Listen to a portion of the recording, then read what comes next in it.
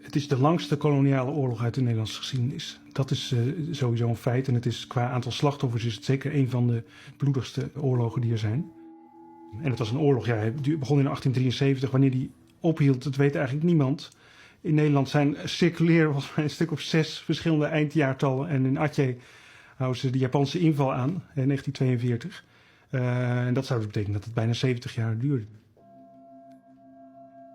Hij duurde zo lang omdat aan de Nederlandse kant heel weinig kennis was over Atje.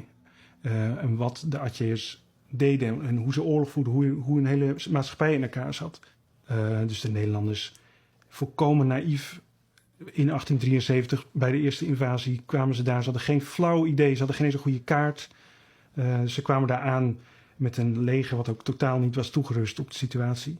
En toen werd Nederland ook, nou ja, in de pan gehakt is een wat groot woord, maar ze moesten echt weg daar, want anders dan was het niet goed afgelopen. De oorlog nam steeds maar weer een nieuwe wending en er was eigenlijk geen enkele verbetering te zien. En toen Van Heuts kwam, hij was eigenlijk de eerste met een duidelijke visie op wat er moest gebeuren. Je moet met de religieuze leiders niet onderhandelen, die moet je gewoon keihard de kop inslaan, zeg maar. Iedereen was er heel enthousiast over, want het was eigenlijk voor het eerst dat iemand echt een oplossing en een uitweg leek te hebben voor de impasse. En Van Heuts ging dat doen vervolgens ook.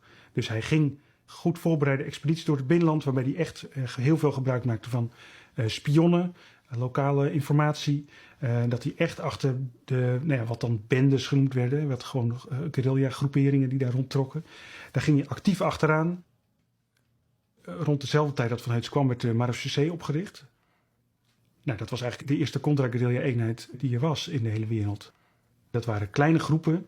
Ze waren bewapend op een manier die echt was toegespitst op het terrein. Dus ze hadden geen grote onhandige geweren. Ze hadden geen ingewikkelde uniformen. Maar ze hadden kleren waar ze goed door de jungle mee konden lopen. Ze hadden sabels, de klawang werd dat genoemd. En inderdaad, ja, dat werkte voor de Nederlanders. Want gaandeweg binnen een aantal jaar werd de situatie rustiger. Ten koste van heel erg veel slachtoffers, dat natuurlijk wel. Het was zo'n ontwrichtende oorlog. Ik denk als je nu naar Atje kijkt, het huidige Atje, dat is alles wat er mis is met Atje, kan je bijna terugvoeren op de oorlog met Nederland. Ja, het is natuurlijk economisch is het ingestort en nooit meer opgekrabbeld. Ik bedoel, Atje was echt een van de rijkste landen van de regio tot 1873. En daarna, het is nu nog steeds het is een van de armste gebieden van Indonesië.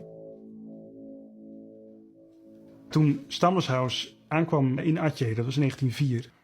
Dat was wat nu achteraf wel algemeen gezien wordt als het absolute dieptepunt van de Atje-oorlog. De tactiek van Van Heuts werd volop toegepast. Overste Van Dalen die mocht op expeditie naar het binnenland, naar de Gayo en Alaslanden. Ja, met als doel om de opstand daar te bedwingen. En dat ontaarde echt in een verschrikkelijke geweldsspiraal. Van Dalen die kwam daar aan. Hij vroeg aan alle dorpen waar hij langskwam van wil je een verdrag tekenen? Ja, iedereen zei nee. En vervolgens viel hij aan met man en macht. En ja, heel veel dorpen werden echt inclusief vrouwen en kinderen van de aardbodem geveegd. Dat was de situatie waar Stammelshausen terecht kwam. Dus hij kwam echt binnen op het moment dat het allerergste was in Atje.